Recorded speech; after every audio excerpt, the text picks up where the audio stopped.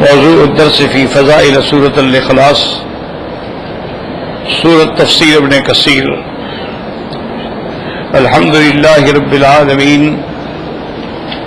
والصلاة والسلام علی اشرف الانبیاء وسید المرسلین سیدنا محمد وعلی آلہ وصحابہ اجمعین۔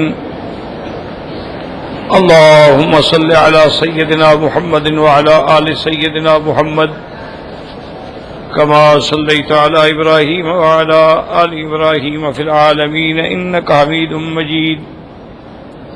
اعوذ باللہ من الشیطان الرجیم، بسم اللہ الرحمن الرحیم۔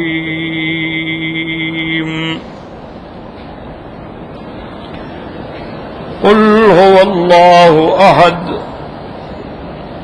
اللہ الصمد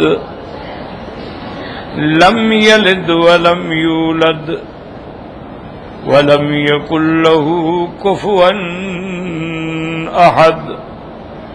قال المؤلف المفسر رحمہ اللہ تعالی ادام النفع بعلومه وعلومكم في الدارين آمین الى ان قال۔ حدیث آخر فی ذلك قال الامام احمد حدثنا اسحاق بن عیسیٰ قال حدثني لیث بن سعد قال حدثني الخلیل بن مرة عن الازہر بن عبد اللہ عن تمیم الداری رضی اللہ عنہ قال قال رسول اللہ صلی اللہ علیہ وسلم من قال لا الہ الا اللہ واحدا احدا صمدا لم يتخذ صاحبة ولا ولدا ولم يكن له كفوا احد 10 مرات كتب الله له 40,000 حسنة تفرد به احمد والخلیل بن مرة ضعف البخاری وغیرہ بمرة۔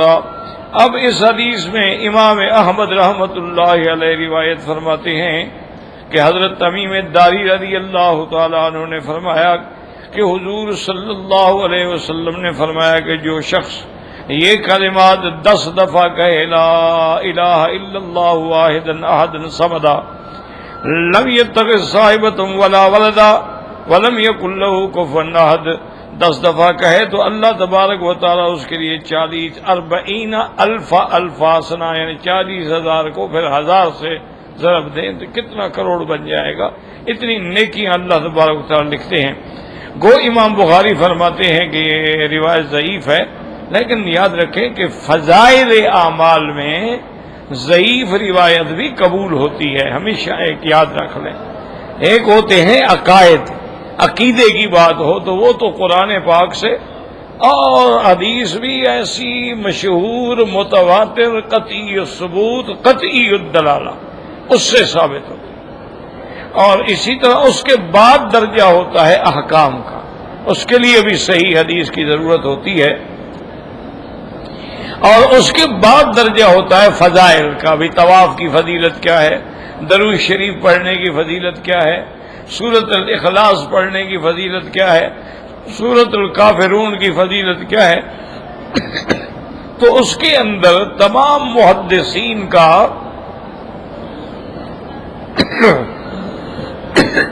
یعنی یہ اتفاق ہے کہ فضائل میں ضعیف حدیث جو ہے وہ قابل قبول ہے، اس کو قبول فرما لیتے ہیں، کیونکہ یاد رکھیں کہ یہ علم حدیث مبارک جو ہے بڑا عظیم علم ہے۔ اب ہر آدمی کو تو پتہ نہیں چل سکتا نا بھی ضعیف جو ہے تو ضعف کی وجہ کیا ہے۔ ضعف روایت میں ہے، درایت میں ہے۔ اچھا کبھی سند بے اعتبار سند ضعیف ہے لیکن وہی متن جو ہے وہ دوسری صحیح حدیثوں میں موجود ہے۔ کبھی ایک سند ضعیف ہے لیکن اس کے مطابق اور مشاہد اور بھی موجود ہیں، تو پھر وہ ضعف سے نکل کر درجہ حسن تک پہنچ جاتی ہے حدیث۔ اس لیے امام ترمذی رحمۃ اللہ علیہ کی عادت ہے کہ وہ فرما دیتے ہیں ھذا حدیث حسن صحیح غریب۔ بھئی اب ایک حدیث صحیح بھی ہے، حسن بھی ہے، غریب بھی ہے، کیا معنی؟ تو وہ اشارہ فرماتے ہیں کہ ایک سند جو ہے اس میں تو غرابت ہے، لیکن اس کی اور سند ہے جو درجہ حسن تک پہنچتی ہے، اور اس کی ایک اور سند ہے جو درجہ صحیح تک اس کو پہنچا دیتی۔ تو اس لیے ہمیشہ جتنی کتابیں آپ دیکھیں گے نا فضائل اعمال کی، تو ترغیب ہے، منظری ہے، اور کئی کتابیں ہیں، تو ان میں ضعیف روایات ہوتی ہیں، اور وہ ضعیف روایات جو ہیں فضائل میں معتبر ہوتی ہیں، ورنہ علماء کو کیا ضرورت ہے محنت کرنے کی۔ اسی لیے آپ سیاہ ستہ بھی اگر پڑھیں گے تو سنن کے اندر جو سنن ابی ابن ماجہ ہے، سنن النسائی ہے، سنن الترمذی ہے، تو اس کے اندر بھی ضعیف روایات ہوتی ہیں۔ تو یہ کوئی ایسا مسئلہ نہیں ہوتا، یہ تو بلا وجہ ایک آپس میں اللہ ہدایت دے ضد ہوتے کہتے ہیں او جی حدیث ضعیف ہے، او جی حدیث، بھائی ضعیف کیوں ہے؟ ضعف کی وجہ بیان کرو، ضعف شدید ہے کہ ضعف خفیف ہے، پہلے وجہ تو بیان کرو نا۔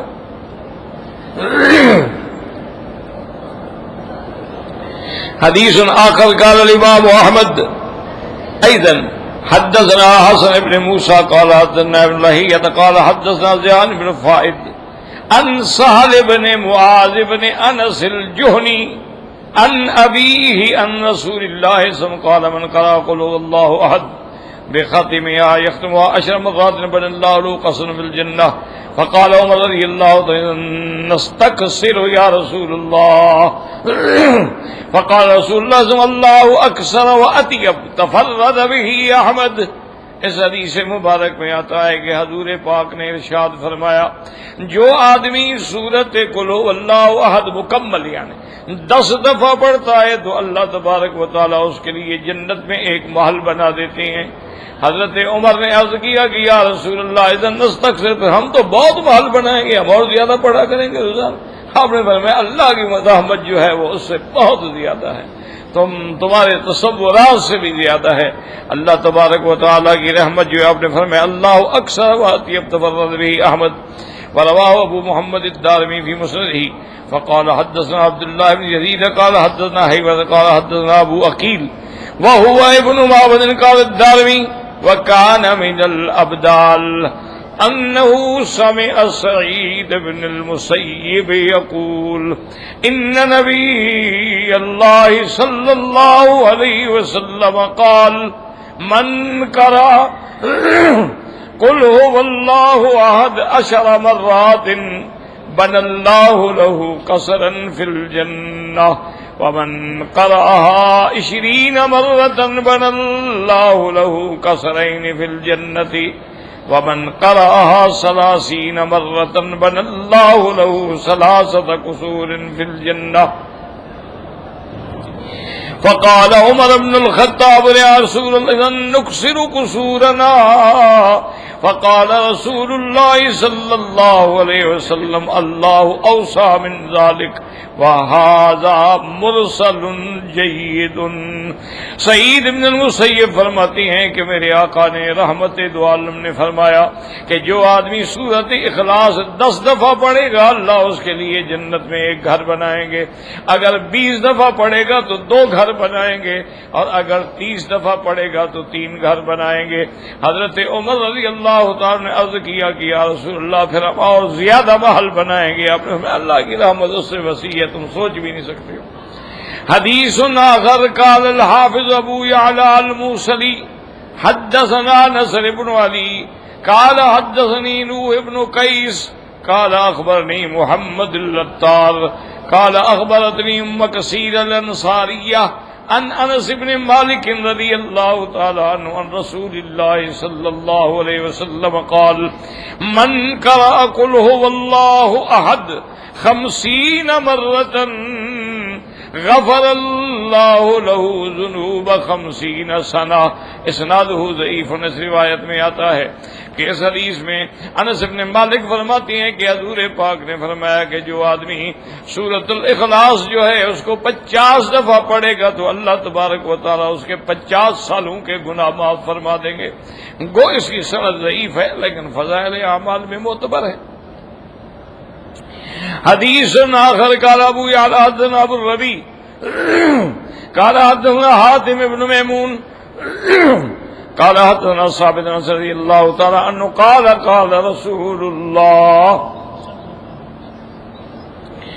صلی اللہ علیہ وسلم من قرأ قل هو الله في يوم 200 مرة كتب الله 1500 حسنة إلا أن يكون عليه دين.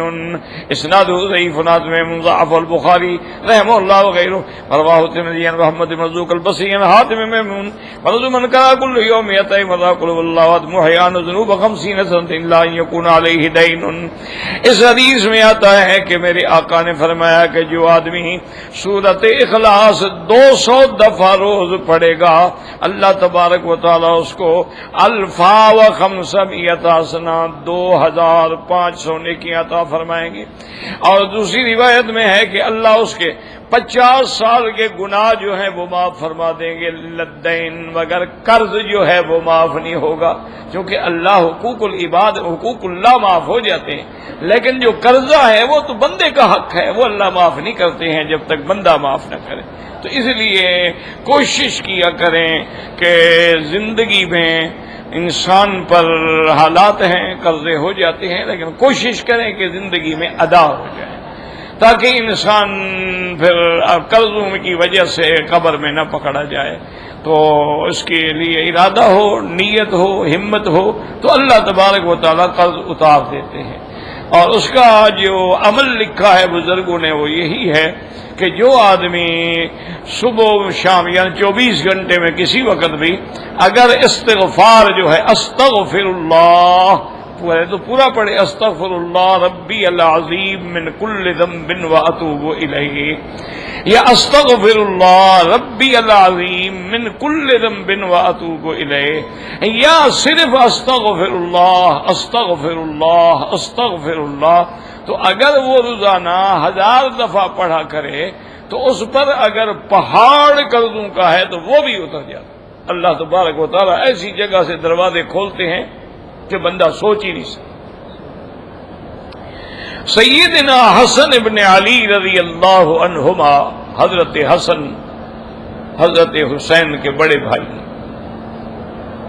آپ بیٹھے تھے مجلس میں کہ ایک آدمی نے آ کے درخواست کی کہ مہربانی فرما کے حضرت دعا کریں،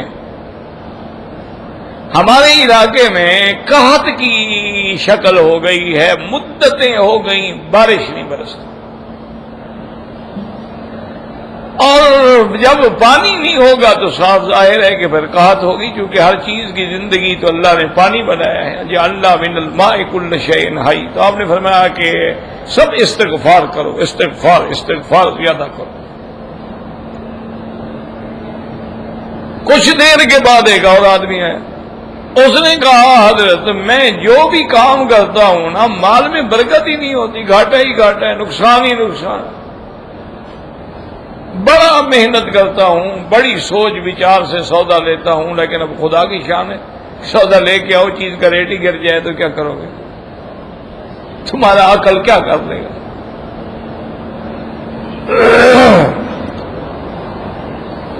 آپ نے فرمایا استغفار پڑھا کرو، استغفار زیادہ سے زیادہ پڑھو. چلا گیا.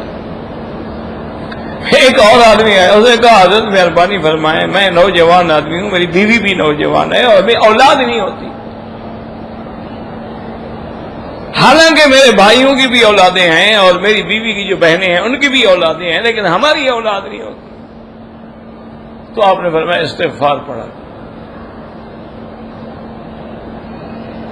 وہ چلا گیا ایک اور آدمی آیا، اس نے کہا حضرت ہمارے علاقے میں ایک رود کو ہی یعنی ایک اس ہوتے موسمی نہریں ہوتی ہیں جو بارشوں کے سیلاب سے چلتی ہیں، کہ وہ نہریں چلتی نہیں، پانی نہیں تو کیا چلے گی، اور جب پانی نہ ہو تو آبادی کیا ہوگی.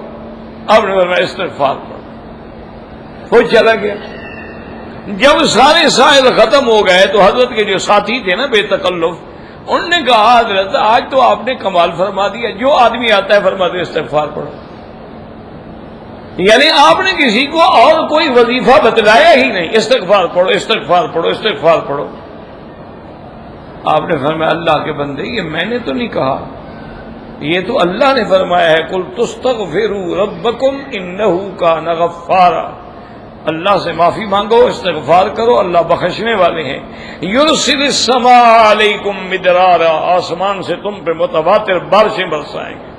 وَيُمْدِدْكُمْ بِأَمْوَالٍ وَبَنِينَ، تمہارے مال میں بھی برکت دیں گے، اولاد میں بھی برکت دیں گے.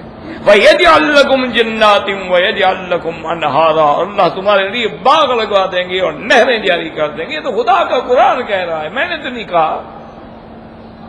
یہ تو اللہ نے قرآن میں بتلایا ہے کہ اگر تم اس کو لازم پکڑ لو گے تو اللہ تبارک و تعالیٰ تمہارے لیے جو ہے اپنا ساری نعمتوں کے دروازے کھول دیں گے.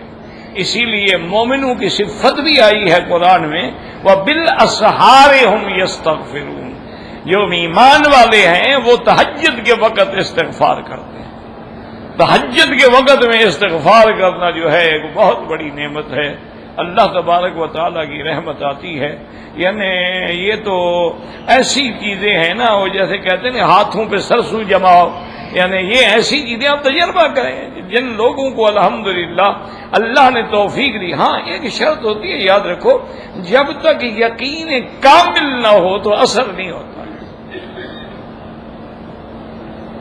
آپ نے پڑھنا شروع کر دیا استغفار، مولوی مکی نے بتایا تھا پڑھ تو رہے ہیں، پتہ نہیں قرضہ اترتا ہے کہ نہیں اترتا. تو جب آپ مشکوک ہیں تو پڑھنے کی ضرورت ہی کیا ہے؟ بنا نہ پڑھو.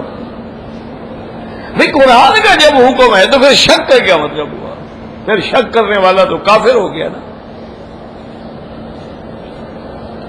اسی لیے حضرت شاہ ولی اللہ محدث دہلوی رحمت اللہ علیہ نے اپنی کتابوں میں لکھا ہے کہ جو آدمی ان کلمات کو لازم پکڑ لیتا ہے، حسبنا اللہ ونعم الوکیل ایک، وَأُفَوِّضُ أَمْرِي إِلَى اللَّهِ إِنَّ اللَّهَ بَصِيرٌ بِالْعِبَادِ دو، اور لا الہ الا انت سبحانک انی کنت من الظالمین تین، رب انی مسنی الضر وانت ارحم الراحمین چار، رب انی مغلوب فانتصر پانچ. انہوں نے فرمایا یہ اکثیر احمر ہے، یعنی یہ ایسا وظیفہ ہے کہ جیسا آدمی کو نشان لگاتا ہے نا گولی سے، ایسے یہ وظیفہ لگتا ہے. اور اس کے پڑھنے والے کو شک ہو کہ میرا کام نہیں ہوگا تو مسلمان ہی نہیں ہوتا. کیوں؟ اس کی وجہ کیا ہے؟ شاہ ولی اللہ کو چھوٹا آدمی تو نہیں کہا. یعنی آپ یہ دیکھیں کہ ہندوستان میں جو علم حدیث گیا ہے یہ سارا شاہ ولی اللہ خاندان سے گیا ہے. انہوں نے کہا کہ یہ وہ آیات ہے کہ حسبنا اللہ ونعم الوکیل، تو آگے اللہ نے اس کے فوراً بعد فرمایا ہے کہ جب صحابہ نے یہ کہا حسبنا اللہ ونعم الوکیل، ہمیں ہمارا اللہ کافی ہے، اللہ ہی ہمارا مددگار ہے، تو اللہ پاک نے قرآن میں فرمایا کہ ہم نے ان کی دعا قبول فرمائی اور ان کو کامیاب فرمایا. جب لا الہ الا انت سبحانک انی کنت من الظالمین یونس علیہ السلام نے پڑھا، اللہ نے فرمایا فاستجبنا لہ، ہم نے دعا قبول کر لی. رب انی مسنی الضر وانت ارحم الراحمین حضرت ایوب نے پڑھا، اللہ نے فرمایا فاستجبنا لہ، ہم نے اس کی دعا قبول کر لی. رب انی مغلوب فاستنصر حضرت نوح علیہ السلام نے پڑھے، فرماتے فاستجبنا لہ، ہم نے دعا قبول کر لی. تو جب اس کے بعد قرآن کہتا ہے کہ اللہ نے دعائیں قبول کر لی تو تمہاری دعا قبول کیوں نہیں ہوگی؟ لازمی بات ہے کہ قبول ہوگی. اور شک کرو گے تو پھر تو قرآن پہ شک کر رہے ہو نا. تو قرآن میں ہے کہ جو پڑھتا ہے قبول ہوتی ہے. فاستجبنا لہ ونجیناہ من الغم وَكَذَلِكَ نُنْجِي الْمُؤْمِنِينَ، اسی طرح ہم مومنین کو بھی نجات عطا فرماتے ہیں. تو ہمیشہ یاد رکھیں نماز پڑھو تو میرے محترم بزرگوں یقین سے پڑھو، اور اگر کوئی قرآن و حدیث کا وظیفہ پڑھو تو یقین کامل سے پڑھو. اور تیسری بات یہ ہے کہ بالکل تنہائی میں بیٹھ کے جہاں اور کوئی دوست بیوی بچے گھر والے ڈسٹرب نہ کریں، تاکہ تمہاری توجہ جو ہے کامل اسی طرف، اور اپنے مقصد کو اپنے آنکھوں کے سامنے رکھ لو. اس کے بعد جو ہے یقین کامل کے ساتھ جب تم کرو گے تو پھر دیکھو گے وَمَن يَتَّقِ اللَّهَ يَجْعَل لَّهُ مَخْرَجًا وَيَرْزُقْهُ مِنْ حَيْثُ لَا يَحْتَسِبُ، پھر اس کو اللہ پاک وہاں سے رزق عطا فرماتے ہیں کہ جہاں سے گمان بھی نہیں ہوتا. بات یقین کی.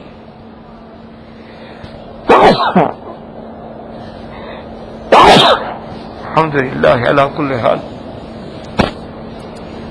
یہدینا و یہدیکم اللہ یصلح بالکم۔ اب دیکھیں کہ ایک علاقہ ہے نا جس کا نام ہے قیروان، یہ افریقہ کے علاقوں میں ہے۔ اس کی بنیاد جو ہے الحمدللہ حضرت معاویہ بن خدیج رضی اللہ تعالی عنہ وہاں پہنچے، اور وہاں بربر قوم تھی اور بڑی سخت لڑاکا قوم تھی، ان سے جہاد کیا، کچھ مسلمان ہو گئے، کچھ بھاگ گئے۔ حضرت معاویہ بن خدیج جب واپس آئے تو انہوں نے جنہوں نے اسلام قبول کیا وہ بھی مرتد ہو گئے۔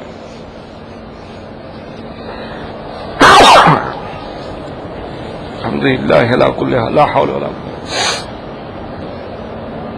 تو ان کے بعد اس علاقے میں گورنر بنے حضرت عقبہ بن نافع۔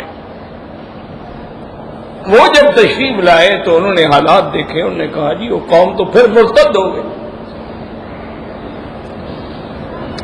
انہوں نے غور کیا اور سوچا اور ساتھیوں سے مشورہ کیا کہ بھئی اب یہ مستقل حل کرنا پڑے گا، ہمیں یہاں اپنی چھاونی بناتے ہیں، ہم اپنا فوجی اڈا بناتے ہیں، ہمیشہ مجاہدین یہاں رہیں گے تاکہ کنٹرول۔ انہوں نے کہا حضرت یہاں جگہ نہیں ہے چھاونی بنانے کی، آگے اتنا گھنا جنگل ہے، اور یہ جنگل جو ہے پھر مشہور ہے کہ اس میں ہر قسم کا جانور اور بلائیں موجود ہیں، کوئی آدمی ڈر کے مارے داخل ہی نہیں ہوتا۔ وہ لوگ چونکہ مقامی آبادی کے لوگ ہیں وہ چھپ جاتے ہیں۔ تو یہ یقین ہے۔ حضرت عقبہ بن نافع فرماتے ہیں کوئی بات، یہ تو کوئی مسئلہ نہیں ہے۔ انہوں نے کہا حضرت مسئلہ تو یہی ہے، کون وہاں چھاونی بنائے گا؟ حضرت چلو، اپنے ساتھیوں کو لے کے آئے اور جنگل کے دروازے پہ، بنیاد پہ جہاں سے جنگل شروع ہو رہا تھا، کھڑے ہو گئے اور فرمایا یا ایھا الحیات والسباع فاخرجوا من هنا انا اصحاب محمد صلی اللہ علیہ وسلم۔ فرمایا کہ اے سانپو، اے جنگل کے بھیڑیو، اے درندو، نکل جاؤ اس جنگل سے، ہم محمد مصطفیٰ کے ساتھی ہیں اور یہاں رہنا چاہتے ہیں، اور اگر تم ہمارے اس اعلان کے بعد بھی نہ نکلے تو پھر ہم تمہیں نہیں چھوڑیں گے، ہم تمہیں قتل کریں گے۔ تو ہزاروں لوگ، تاریخ گواہ ہے، ہزاروں لوگوں نے آنکھوں سے مشاہدہ کیا کہ سانپ ہیں، بچھو ہیں، شیر ہیں، بھگیاڑ ہیں، جو بلائیں ہیں جنگل سے بچوں کو لے کے نکل رہی، سب نے جنگل خالی کر دیا۔ حضرت نے حکم دیا بھی اب یہاں چھاونی بناؤ، چھاونی بن گئی اور کنٹرول ہو گیا اور وہ پورا علاقہ فتح ہو گیا۔ تو اصل کیا تھا کہ ایقان ہے کہ بھئی ہم کہیں گے بالکل ہمارے باپ پر اللہ پاک برکت دیں گے، اور یہ حدیث میں بھی مسئلہ ہے کہ اگر تمہارے گھر کے اندر کوئی سانپ پایا جائے تو حضور نے فرمایا کہ اس کو مارو نہیں۔ بعض محدثین تو فرماتے ہیں کہ یہ صرف مدینہ منورہ کے گھروں کے لیے ہے کہ مدینہ منورہ کے کسی گھر میں اگر سانپ پایا جائے۔ بعض کہتے ہیں نہیں، جمیع دنیا کے جتنے گھر ہیں اگر سانپ ہو تو اس کو کہو کہ بھئی ہم تمہیں عہد سلیمان اور عہد نوح علیہ السلام کا حوالہ دیتے ہیں اور تمہیں کہتے ہیں کہ لا تؤذونا، ہمیں ایذا نہ دو اور نکل جاؤ یہاں سے۔ چونکہ حضرت نوح علیہ السلام نے بھی تو سب سے عہد لیا تھا نا، جب کشتی میں سوار کیا تھا بھی کسی کو نقصان نہیں دینا، تو سانپ بھی تھے، بچھو بھی تھے، جانور بھی تھے، ہر بلا تھی، من کل شیء زوجین، ہر چیز کے جوڑے جوڑے تھے۔ حضور پاک نے فرمایا کہ اگر یہ 3 دفعہ اعلان کرو گھر میں، 3 دفعہ کے اعلان کے بعد نظر آئے تو مار ڈالو، ورنہ اکثر یہ ہوتا ہے کہ وہ جنات ہوتے ہیں اور وہ سانپ کی شکل میں ہوتے ہیں، تو اگر جن مسلمان ہو تو وہ بھی نقصان نہیں کرتا، وہ قرآن سننے کے لیے آ جاتے ہیں۔ نماز دیکھنے کے لیے آ جاتے ہیں اور پھر مختلف شکلیں بنا کے وہاں سے نکل جاتے ہیں. پہلے اعلان کرو، نہ نکلے تو پھر مار ڈالو. اس کا معنی ہے کہ یا تو وہ شیطان سانپ ہے یا وہ جن ہے، تو پھر کافر ہے کہ جس نے حضرت سلیمان کے عہد کو بھی توڑا اور نوح علیہ السلام کے عہد کو بھی توڑا، اس کے بعد اس کو توڑا. تو اصل بات میرے عزیز یقین کی ہے کہ یقین ہو. بات یہ ہے اگر یقین ہی نہ ہو تو پھر کیا ہوگا؟ ایک بہت بڑے بزرگ گزرے ہیں تاریخ میں، اللہ والوں میں سے تھے. ان کی خدمت میں ایک آدمی آیا اور اس نے بے انتہا حضرت کی خدمت کی. 24 گھنٹے ساتھ ہے، وضو کرا رہا ہے، مصلی بچھا رہا ہے، حضرت کی چاپی کر رہا ہے، حضرت کے لیے چائے بنا رہا ہے، بڑی خدمت کی. کچھ عرصے کے بعد فرمایا اللہ کے بندے، اللہ تمہیں جزا دے گا، تم میری خدمت کر رہے ایک فقیر آدمی کی، لیکن کوئی معلوم ہوتا ہے تمہیں کوئی غرض ضرور ہے. اس نے کہا جی اب پوچھا ہے آپ نے تو سیدھی بات ہے، میں تو اسم اعظم سیکھنے آیا ہوں، آپ کے پاس اسم اعظم ہے، مجھے سکھا دیں. اور اسم اعظم کا معنی یہ ہوتا ہے کہ اس کے ساتھ جب آپ دعا کریں گے تو فوراً قبول ہو جائے گا. اور اس میں اعظم ہے، حضور نے خود فرمایا صحیح حدیث میں، الذی اذا دعی بہ اجاب، جب اس اسم کے ساتھ اللہ کو پکارو گے تو تمہاری پکار سنی جائے. اب وہ اسم اعظم جو ہے بعض علماء فرماتے ہیں کہ اللہ لا الہ الا هو الحی القیوم آیت الکرسی میں اسم اعظم ہے. بعض علماء فرماتے ہیں کہ سورۃ الحشر کی جو آخری آیتیں ہیں، هو اللہ الذی لا الہ الا هو عالم الغیب والشہادہ هو الرحمن الرحیم، ان کے اندر اسم اعظم. اور ایک صحیح حدیث میں بھی آیا ہے، آپ نے سنا کہ ایک آدمی یہ پڑھ رہا ہے لا الہ الا انت سبحانک انی کنت من الظالمین، تو آپ نے فرمایا اسم اعظم ہے، اس سے جو دعا مانگے گا وہ قبول ہوگی. لیکن معین نہیں ہے کہ یہ ہے. بھائی مسواک بعد میں کر لیا کرو، درس ہے تو مسواک ہے، نماز ہے تو مسواک ہے، یہ کون سی سنت ہے؟ کس نے کہا ہے کہ حضور جب قرآن کا درس ہوتا تھا تو مسواک کرتے تھے؟ اذا قرئ القرآن فاستمعوا له وانصتوا، سنو اس کے لیے چپ رہو یا مسواک کرو.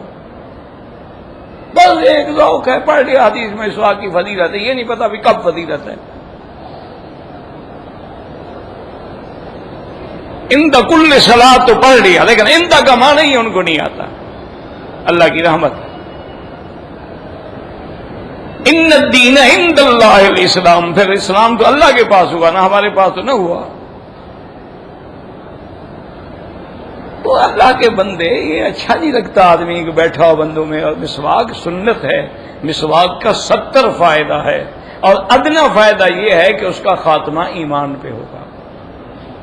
لیکن مسواک کیوں ہوتا ہے؟ حضور نے فرمایا مطہرۃ للفم، تیرے منہ کو صاف کرنے والا ہے، ومرضات للرب، تیرے رب کو راضی کرنے والا ہے، کہ جب تم پاک منہ سے پاک خدا کا نام لوگے تو اللہ راضی ہوگا. لیکن اس کے لیے بھی وقت ہے. اب اس کا معنی تو یہ نہیں ہے نا جیسے قرآن میں اذا قمتم الی الصلاۃ فاغسلوا وجوہکم، جب نماز کے لیے کھڑے ہوں تو وضو کریں، یعنی یہیں کھڑے ہو کے وضو کریں. نماز کے لیے جب ہم کھڑے ہیں تو لہذا نماز میں وضو شروع کر دیں. قرآن تو یہی کہہ رہا ہے. تو علماء سے جا کے پڑھیں اذا اردتم القیام الی الصلاۃ، کہ جب تم نماز کے لیے اٹھو اور ارادہ کرو تو پہلے وضو کرو. یہ نہیں کہ جب نماز کے لیے کھڑے ہو جاؤ تو اب وضو شروع کر دو صف میں. ماشاءاللہ ساری صف میں پانی پانی ہوگا، پھر ماشاءاللہ کام ہو جائے گا سب کا. یہی تو مشکل ہے نا میرے بچے، میرے عزیز، میرے بزرگ، میرے محترم، کہ لفظ پڑھ لینا بڑا آسان ہے، لیکن اس کے معانی اور مفہوم کو سمجھنے کے لیے پھر علماء کی ضرورت ہوتی ہے. ایک لفظ جو ہے پھر کئی معنوں میں استعمال ہوتا. اب لفظ عین ہے، یہ آنکھ کے لیے بھی ہے. لفظ عین ہے، یہ نہر کو بھی عین کہتے ہیں، عین زبیدہ، عین زرقا. لفظ عین جو ہے جاسوس جو ہو اس کو بھی عین کہتے ہیں. لفظ عین جو ہے یہ گھٹنے کی جو ہڈی ہے اس کو بھی عین کہتے ہیں. تو اب جہاں جہاں لفظ عین آ جائے گا تو ساری ایک ہی معنی کرو گے. وہ سیاق سباق دیکھنا پڑے گا. سورج کو بھی عین کہتے ہیں. تو اب ہم دیکھیں گے کہ اذا طلعت العین تو معنی ہے ہاں جب سورج نکلا. اذا انکسرت العین جب عین ٹوٹ گئی، ہم کو بیچارے کے گھٹنے کی ہڈی ٹوٹ گئی. اذا جوت العین کبھی عین چالو ہو گئی، ہم کہیں اچھا وہ نہر چالو ہو گئی. اذا رات العین جب آنکھ نے دیکھا، ہم کہیں اچھا یہ آنکھ مراد ہے. تو اس کے سیاق و سباق کو دیکھ کر پھر فیصلہ کیا جاتا ہے. اسی لیے جو احادیث مبارکہ ہوتی ہیں محدثین کا کام ہی یہی ہوتا ہے. اسی لیے محدثین نے خود فرمایا تھا فقہا سے کہ بھائی ہم تو ہمارا کام تو ہے پنساری والا کہ ہم نے حدیثیں اکٹھی کر دی، لیکن طبیب تو تم ہوگی یہ حدیث میں کیا مسئلہ ہے، اس میں کیا مسئلہ ہے، اس میں کیا مسئلہ ہے، اس میں کیا مسئلہ ہے. تو اس لیے بہرحال یہ آداب ہوتے ہیں. اور قرآن کی مجلس کے تو آداب یہ ہے. صحابہ فرماتے ہیں ہم ایسے بیٹھتے تھے حضور کے سامنے کأنما علی رؤوسنا الطیر، ہمارے سروں پہ گویا پرندے بیٹھے ہیں، اگر ہم ہلے تو وہ اڑ جائیں گے، یعنی ہم ہلتے بھی نہیں تھے. 1,24,000 صحابی صرف حج میں حضور کے ساتھ تھے. اس کا معنی اور کتنے ہوں گے، سارے تو حج پہ نہیں آئے تھے نا. لیکن حضور کا حلیہ مبارک جو ہے صرف 10 صحابہ نے بیان کیا ہے، یعنی اور کسی کو جرت نہیں ہوتی تھی دیکھنے کی ادب سے. اسی لیے صحابہ فرماتے ہیں کہ کانا ینظران الیہ وکانا ینظر الیہما، صرف ابو بکر عمر تھا جو آنکھ اٹھا کے حضور کو دیکھتے تھے اور حضور بھی ان کی طرف دیکھتے تھے. ان کو یہ مقام ملا تھا رضی اللہ تعالی عنہما. تو اس لیے ہمیشہ بات کو سمجھا کریں. تو اب اس میں اعظم کا مسئلہ ہو گیا، اس میں اعظم تو ہے، حتیٰ کہ قرآن میں بھی موجود ہے کہ جب سلیمان علیہ السلام نے فرمایا کہ ایکم یاتینی بعرشہا قبل ان یاتونی مسلمین، ملکہ سبا کا تخت جو ہے وہ صنعا یمن سے لے کر شام میں کون لے آئے گا؟ قال عفریت من الجن انا آتیک بہ، ایک سرکش جن تھے، انہوں نے کہا جی میں لے آؤں گا، اتنی دیر لگے گی جتنی دیر میں آپ کی مجلس ہوتی. اور پھر نہیں یہ تو بہت دیر ہے. قال الذی عنده علم من الکتاب انا آتیک بہ قبل ان یرتد الیک طرفک، اور جس کو اللہ نے علم کتاب میں سے اسم اعظم عطا فرمایا تھا تو انہوں نے کہا حضور آپ آنکھیں بند کریں، بس پلک تو جھپ کے آنکھیں بند کی دیکھ کر رہا ہو آ گیا تھا. حضرت سلیمان نے فرمایا کہ ھذا من فضل ربی، واقعی میرے رب کا احسان. اللہ آزمانا چاہتے ہیں کہ اتنی نعمتیں دینے کے بعد سلیمان میرا شکر کرتا ہے کہ نہیں کرتا. تو اب اس بزرگ کو اس نے تنگ کر دیا، انہوں نے کہا حضرت مہربانی کریں اور حضرت مہربانی کریں مجھے اس میں اعظم سکھلا دیں. یہ بعض لوگوں کو جنون ہو جاتا ہے نا. اللہ کے بندے سارا قرآن ہے پڑھتے رہو، اسی میں اس میں اعظم بھی تو ہے نا. جب اللہ چاہیں گے تو دعا لگ جائے گی. آیت الکرسی پڑھتے رہو اور قرآن کی صورتیں پڑھتے رہو، قل اللہ احد پڑھتے رہو. اللہ تبارک و تعالیٰ قادر ہیں. جب اس اسم مبارک سے گزرو گے تو اللہ کی رحمت آ جائے گی. اور بعض علماء نے یہ طریقہ لکھا ہے کہ بھی اللہ کے 99 نام ہیں نا، صحیح حدیث سے جو ثابت ہے. ویسے تو ہزاروں نام ہیں لیکن صحیح حدیث سے 99 نام ہیں. تو 99 نام سارے پڑھا کرو، وہ 99 نام پڑھ کے اللہ سے دعا مانگ، انہیں میں ہی اس میں آدم ہوگا نا. اسی لیے علماء نے باقاعدہ اسماء اللہ الحسنہ جو ہے ان کے لیے نظم لکھ دی ہے تاکہ پڑھنے میں بھی آسانی ہو، پڑھنے کے اندر آسانی ہو جائے. تو بہرحال اس میں اعظم لا شک اسی میں ہے. لیکن ہم تو چاہتے ہیں نا کہ نہیں، محنت تو کوئی اور کرے، ہمیں شارٹ کٹ بتا دے کہ جی اس میں اعظم ہے، بس ہمارا کام ہو جائے. وہ بزرگ جب تنگ آئے نا تو ایک دن اس کو ساتھ لے کے چلے گئے، دریا پورے جوش میں تھا اور موسم بھی ٹھنڈا تھا، تو حضرت نے فرمایا دیکھو بھائی بات سنیے، اس دریا کے دوسرے کنارے پر ایک درخت ہے اور اس درخت کا یہ نام ہے، یہ شکل ہے، یہ پتے ہیں، تم اگر اس دریا میں گزر کے وہاں سے وہ 2-3 پتے توڑ کے لے آؤ تو پھر میں تمہیں اسم اعظم سکھاؤں۔ اس نے کہا جی حاضر، وہ تو عاشق تھا نا پکا، لگائی چھلانگ جناب، گئے آپ دریا میں، بہرحال وہاں سے وہ 3 پتے توڑ کے لایا، واپس جب آیا تو اس کا تو برا حال ہو گیا تھا نا، ایک تو تھک گیا، ٹوٹ گیا، سردی نے پکڑ لیا، تو حضرت نے آگ جلائی، پہلے تو اس کو ہوش آیا، اس کو کچھ جب ہوش آ گیا اس نے کہا حضرت یہ پتے میں لے آیا، اب آپ وعدہ پورا فرمایا۔ آپ نے کہا بس ایک بات تم بتا دو تو میں تمہیں بتا دوں گا۔ کیا؟ انہوں نے کہا کہ دریا میں تم پر کبھی کوئی ایسی گھڑی بھی آئی تھی جب تم زندگی سے نا امید ہو گئے؟ ابھی میں نہیں بچتا۔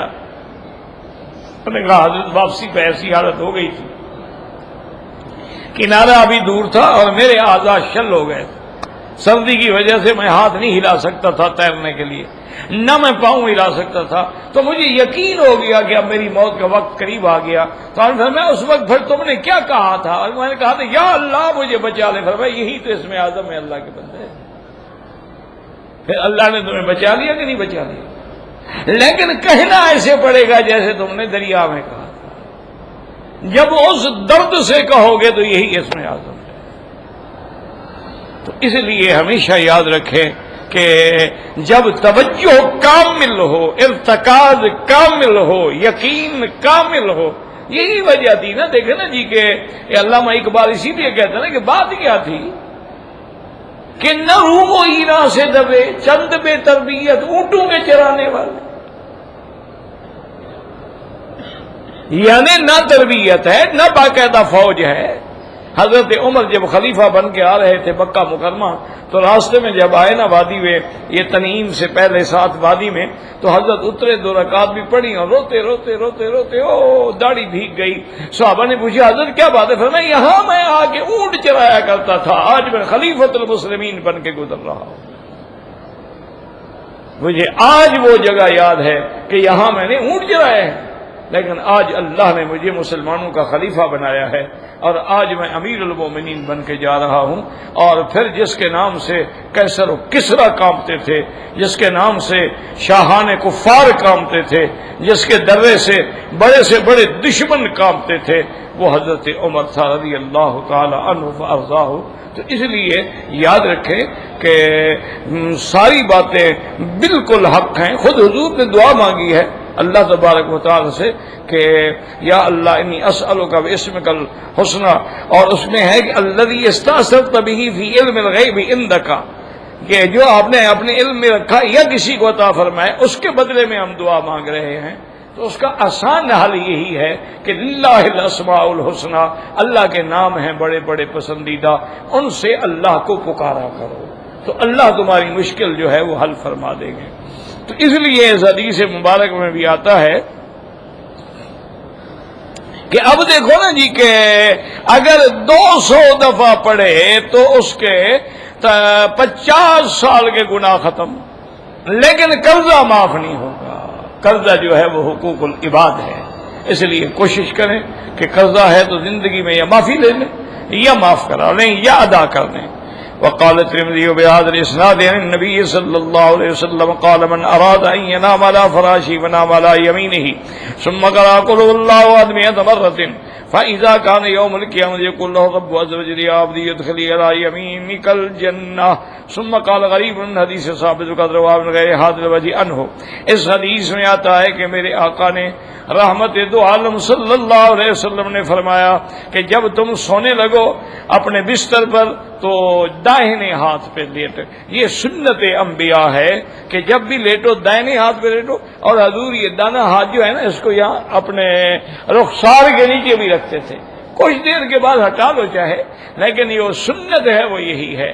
اس لیے علماء فرماتے ہیں کہ النوم علی الیمین جو ہے یہ سنت الانبیاء والمرسلین ہے، انبیاء اور مرسلین کی سنت ہے کہ آدمی داہنی کروٹ پہ لیٹے، اور نوم علی الیسار جو ہے یہ عادت الغافلین ہے، یہ غافل لوگوں کی عادت ہے کہ بائیں ہاتھ پہ لیٹتے ہیں، اور الٹا لیٹنا جو ہے یہ نوم الفاسقین ہے، جو آدمی یعنی نعوذ باللہ پیٹ نیچے اور پشت اوپر کر کے لیٹتا ہے یہ فاسقوں کی نیند ہے، اور جو لوگ اپنے پشت پہ لیٹتے ہیں تو نوم المتفکرین ہے، یہ متفکرین کی نیند ہوتی ہے کہ پھر بھی وہ آسمان کو دیکھ کے اللہ تعالیٰ کی قدرتوں پہ غور کر رہا ہے۔ لیکن افضل یہ ہے کہ نوم علی الیمین، داہنے ہاتھ پہ سو۔ اور آپ نے فرمایا جو آدمی داہنے ہاتھ پہ سوئے اور پھر سورۃ قل ھو اللہ احد جو ہے اس کو 100 دفعہ پڑھے تو قیامت والے دن اللہ تعالیٰ فرمائیں گے میرے بندے اب دائنی طرف سے جنت میں تو بھی داخل ہو جا۔ اب اس کے بعد فرماتے ہیں قال ابو بکر بزار حدثنا سہیل بن بحر قال حدثنا حبان بن اغلب قال حدثنا ابي قال حدثنا ثابت بن انس رضي الله تعالى عنه قال قال رسول الله صلى الله عليه وسلم من قرأ قل هو الله احد 200 مرة حتى الله عنه ذنوبه 200 سنة، اگر اس نے 200 دفعہ پڑھا قل هو الله احد اللہ اس کے 200 سال کے گناہ معاف کر دیں گے۔ ثم قال لا نعلم رواه عن ثابت الحسن بن جعفر والاغلب بن تميم وهما متقاربان في سوء الحفظ۔ تو اب یہ ہے نا جی کہ اب حدیث ہے کہ جو 200 دفعہ پڑھے گا اس کے 200 سال کے گناہ معاف ہو گئے، اس کی تو عمر ہی نہیں 200 سال، تو 200 سال کے گناہ کیا مطلب؟ بھائی اس کی تو عمر 60 سال ہے، 70 سال ہے، 80 سال ہے، گناہ اس کے 200 سال کے معاف ہو گئے، اس کا کیا مطلب؟ اسی لیے مثلا یہ حدیث ہے کہ جب آدمی عرفات میں ہوتا ہے اللہ کی رحمت سے حج پہ، تو اللہ فرشتوں کو گواہ بنا کے کہتے ہیں کہ میرے ملائکہ گواہ ہو جاؤ جو لوگ آج اس میدان میں آ گئے ہیں نیت حج کر کے لبیک پڑھتے ہوئے میں نے ان کے گناہ معاف کر دیے۔ اچھا گناہ تو ہمارے عرفات میں معاف ہو گئے، پھر مزدلفہ میں کیا معاف ہوں گے؟ اچھا مزدلفہ میں معاف ہو گئے تو پھر کنکریاں مارنے کے وقت کیا معاف ہوں گے؟ کنکریاں مارنے کے وقت معاف ہو گئے تو پھر قربانی کرنے کے وقت کیا معاف ہوں گے؟ اگر قربانی کے وقت معاف ہو گئے پھر طواف زیارت کرتے ہوئے کیا معاف ہوں گے؟ تو اس لیے یاد رکھیں حدیثوں کو سمجھنے کی کوشش کیا کریں۔ اگر گناہ ہیں تو معاف ہو جائیں گے، اگر گناہ نہیں ہیں پھر ہم نے مزدلفہ مانگا تو اللہ درجات کو بلند فرما دیں گے۔ گناہ ہوں گے تو گناہ معاف ہوں گے، ورنہ اللہ نیکیاں بڑھاتے جائیں گے اور درجات بڑھاتے جائیں گے۔ اسی طرح معنی یہ ہے کہ اگر وہ بندہ 200 سال بھی گناہ کرتا تو اللہ معاف کر دیں گے، اس میں 50 سال کی ہے، یہ کیسے معاف نہیں ہوں گے؟ تو معنی یہ ہوتا ہے، یہ نہیں ہوتا کہ اس کی عمر 200 سال ہے، 200 سال تو اس کی عمر ہی نہیں ہے۔ ہاں پہلے زمانے میں جو لوگ تھے ان کی عمر ہوتی تھی، ان کی جیسے حضرت نوح علیہ السلام کی عمر جو ہے وہ 1050 سال تھی، 950 سال تو آپ نے دعوت کا کام کیا، تبلیغ کا کام کیا آپ نے۔ اچھا اسی طرح بہت حضور کے زمانے میں بھی صحابی تھے نا، حضرت سلمان الفارسی، ان کی عمر 250 سال تھی۔ تو ایسا ہوتا ہے، لیکن معنی اس کا یہ ہوتا ہے کہ بھی اگر اس کی عمر 200 سال ہوتی اور 200 سال کے گناہ اس کے ذمہ ہوتے وہ بھی اللہ بخش دے گا، تو یہ جب چھوٹی عمر ہے تو گناہ سارے بخش دیں گے، باقی درجات بلند فرما دیں گے۔ تو اس لیے احادیث مبارک میں یہ آیا ہے، واللہ عالم۔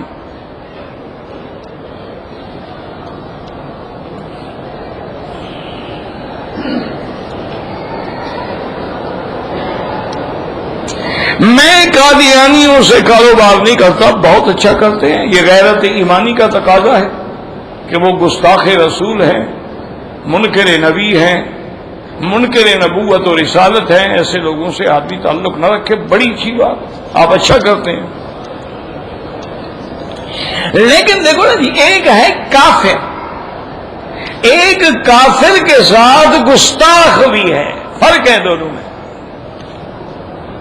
اس لیے قرآن میں ہے نا کہ لا ینہاکم اللہ عن الذین لم یقاتلوکم فی الدین، جن کافروں نے تمہارے ساتھ جنگ نہیں کی، تمہارے ساتھ کوئی ایسی بات نہیں کی، تم ان کے ساتھ بھلائی کر سکتے ہو؟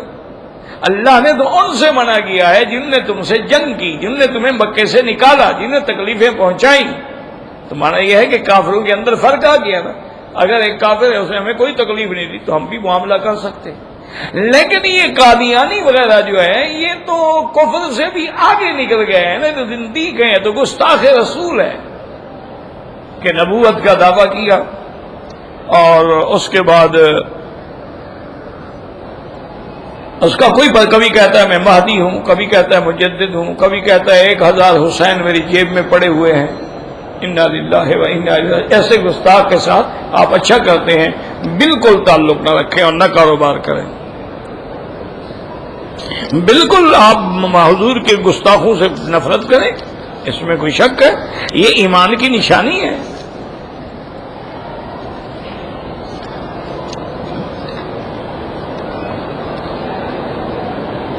میں نے غسل کیا، تولیہ بدن پر لپیٹ کے باہر آیا، احرام باندھتے وقت میں نے احرام تولیے کے اوپر باندھ لیا، کوئی حرج نہیں، کوئی مسئلہ نہیں، تھے تو دونوں تولیے نا، سلا ہوا تو کوئی نہیں تھا نا۔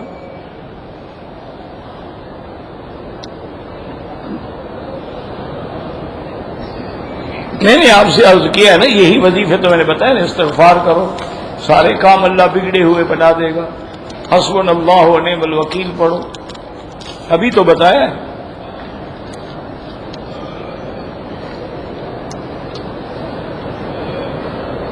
کہتے ہیں جی کہ اگر کوئی آدمی غسل خانے میں کپڑے اتار کے بغیر کپڑوں کے وضو کرے وہیں تو وضو ہو جائے گا، جب غسل ہو جائے گا تو وضو کیوں نہیں ہوگا؟ عقل خراب ہے یا پیٹ ڈھیلا ہے کوئی؟ ہاں جی نہیں، غسل بڑی چیز ہے یا وضو بڑی چیز ہے؟ غسل تو تمہارا ننگے ہو جاتا ہے، وضو نہیں ہوتا، عجیب آدمی ہے۔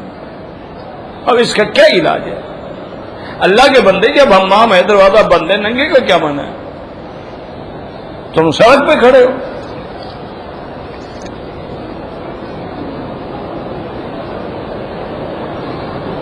سورۃ البقرہ بہت لمبی ہے، تھوڑی تھوڑی پڑھو، تو ضروری ہے کہ ایک وقت میں ساری پڑھ لو، جتنا پڑھ سکتے ہو پڑھو۔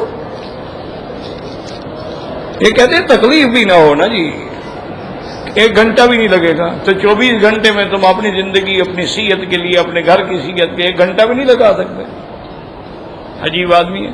ویسے تم 50 آدمی بٹھا کے کہو سارے پڑھے،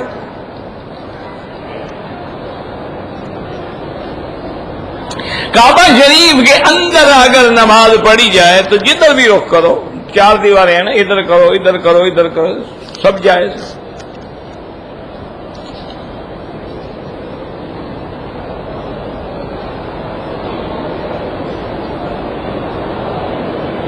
میں جدے میں رہتا ہوں اور طائف گیا تھا، ارادہ کیا تھا کہ مکہ شریف آ کے عمرہ کروں گا، مکہ شریف تو آیا لیکن احرام نہیں پہنا، تو اب آپ مہربانی کر کے فوراً واپس جائیں طائف کے میقات پہ، وہاں سے احرام باندھ کے عمرہ کریں ورنہ دم دینی پڑے گی۔ آپ تو آئے بھی عمرے کی نیت سے، پھر میقات سے احرام کے بغیر چلے گئے۔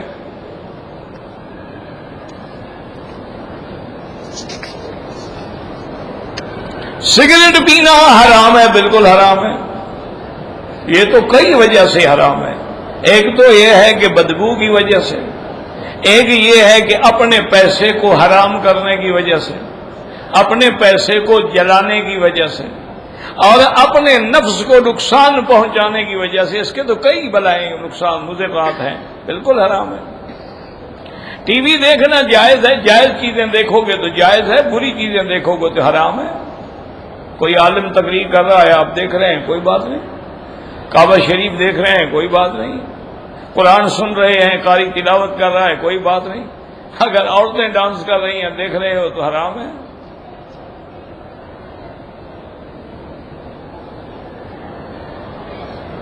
اگر ہم کریڈٹ کارڈ لیتے ہیں بینکوں سے اور اس پہ جو ہم سودا لیتے ہیں، اگر وہ مدت سے پہلے ہم ادا کر دیں تو سود نہیں پڑتا، وہ ٹھیک ہے، وہ جائز ہے۔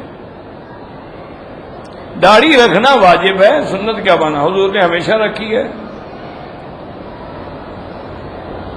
خالی پلاٹ یا مکان، دیکھو نا بھائی، اگر وہ تجارت کے لیے ہے تو ہر سال کی زکوٰۃ دینی پڑے گی، اور اگر تجارت کے لیے نہیں، اس نیت سے لیا ہے کہ میں اپنا ذاتی گھر بناؤں گا، تو اس پر زکوٰۃ نہیں ہے۔ ٹوپی کے بغیر نماز ٹھیک ہے، نہ ہو تو ٹھیک ہے، قمیص بھی نہ ہو تو ٹھیک ہے، لیکن اگر اللہ دے تو یہ کسی حدیث میں نہیں کہ پھینک دو، اور نہ یہ کسی حدیث میں ہے کہ میرے مدنی پاک نے ساری زندگی ما سوا احرام کے کبھی سر ننگا نماز پڑھی ہو۔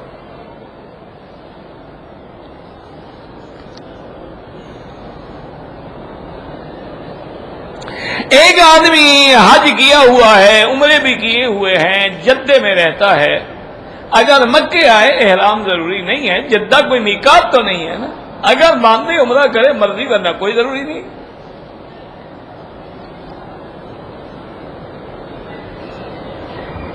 جو لوگ مزاروں پہ جا کے چادریں چڑھاتے ہیں، بالکل بدعت ہے۔ میرے ایک دوست ہے، 4 سال ہوئے بچہ نہیں ہوتا، پہلے میرا بھائی میاں بیوی دونوں ٹیسٹ کروائیں، اگر دونوں کے اندر کوئی نقص ہے تو علاج کرائیں، پھر اللہ سے دعا بھی کریں۔ اب یہ تو نہیں ہے نا کہ علاج بھی کرو، دعا بھی ہو، دوا بھی ہو، تو انشاءاللہ پھر کامیابی ہوگی۔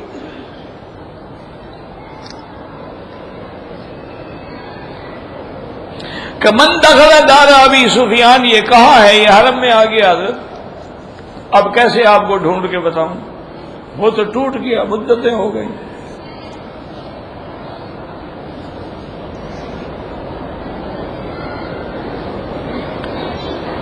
اگر کوئی عورت جو ہے اپنے بچے کو خود گراتی ہے، نعوذ باللہ ثم نعوذ باللہ، تو وہ گناہ گار ہے، اور اگر 4 مہینے کے بعد کا بچہ گرایا ہے تو قتل کا گناہ ہے،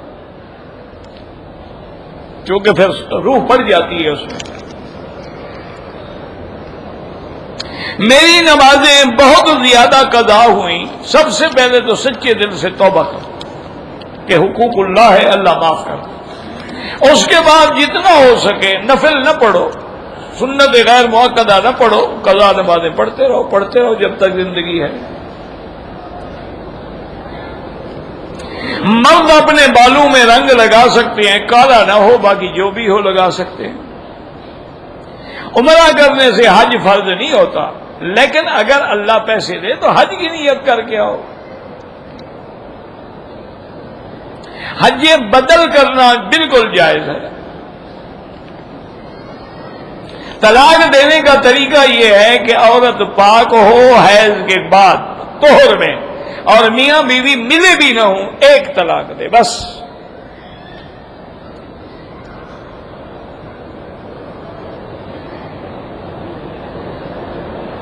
ایک شخص نے کسی کو ٹھیکہ دیا، اس نے کسی اور کو ٹھیکہ دے دیا، وہ جانے، ان کا کام جانے۔ جب ٹھیکہ دے گا تو کوئی فائدہ تو لے گا نا۔ ربنا آتنا فی الدنیا حسنۃ وفی الآخرۃ قنا عذاب النار ربنا وادخلنا الجنہ۔ یہ ضروری نہیں ہوتا کہ کبھی کبھی پڑھ لو، لیکن ہمیشہ نہ پڑھو، تاکہ یہ معلوم نہ ہو کہ یہ بھی قرآن کا حصہ ہے۔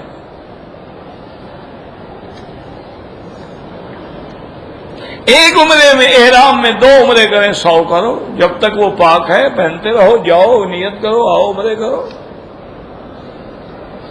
والدین کے لیے عمرہ، ہاں ایک کے لیے، یا والد یا والدہ۔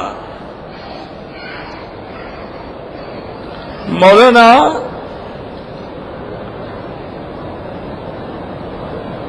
رحمان معاویہ جو شہید ہو، اللہ مغفرت فرمائے، اللہ تمام علماء، تمام طلباء، تمام اہل دین جتنے بھی بیچارے شہید ہوئے، اللہ سب کے درجات بلند فرمائے، اور اللہ تبارک و تعالی ان کے ورثاء کو صبر جمیل عطا فرمائے۔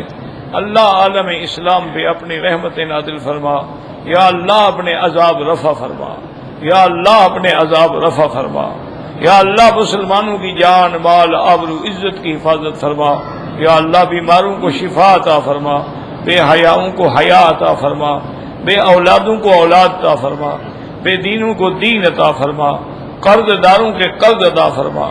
یا اللہ ہماری ظاہری باطنی روحانی جسمانی بیماریاں پریشانیاں اپنی رحمت سے دور فرما۔ اللہم اجعل لنا وللمسلمین من کل ہم فرجا ومن کل ضیق مخرجا ومن کل بلاء عافیہ۔ ربنا آتنا فی الدنیا حسنۃ وفی الآخرۃ حسنۃ وقنا عذاب النار۔ وصلی اللہ تعالی علی خیر خلقہ سیدنا محمد وعلى آلہ وصحبہ اجمعین۔